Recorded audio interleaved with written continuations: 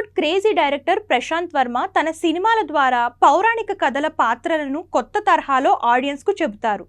కొత్త తరహాని ఆకర్షించే super hero పాత్రలుగా దేవుళ్లను పరిచయం చేస్తూ ఉంటారు. ఇప్పటికీ హనుమాన్ సినిమాతో ఇలాగే విజయం సాధించాడు ప్రశాంత్ వర్మ.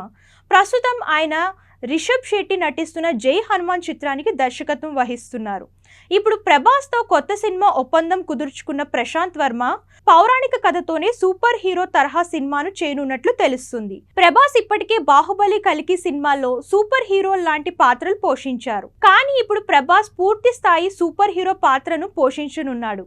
అది కూడా హాలీవుడ్ సూపర్ హీరోల కంటే భిన్నమైన సూపర్ హీరో పాత్రను డార్లింగ్ పోషించనున్నాడని సమాచారం. ఇటీవలే ట్విట్టర్లో ఒక సందేశాన్ని పంచుకున్న ప్రశాంత్ వర్మ తాను ఒక పెద్ద నటుడితో ఒక పెద్ద ప్రాజెక్టులో పనిచేయనున్నానని పేర్కొన్నాడు. సినిమాకు సంబంధించిన పోస్టర్లు ఇప్పటికే సిద్ధంగా ఉన్నాయని, వీలైనంత త్వరగా ప్రకటన చేస్తామని కూడా ఆయన హామీ ఇచ్చారు. విశ్వసనీయ వర్గాల సమాచారం ప్రకారం ప్రశాంత్ వర్మ ప్రభాస్ కోసం కొత్త సినిమా చేస్తున్నాడని, త్వరలోనే ఆ సినిమా గురించి ప్రకటన చేస్తారని సమాచారం.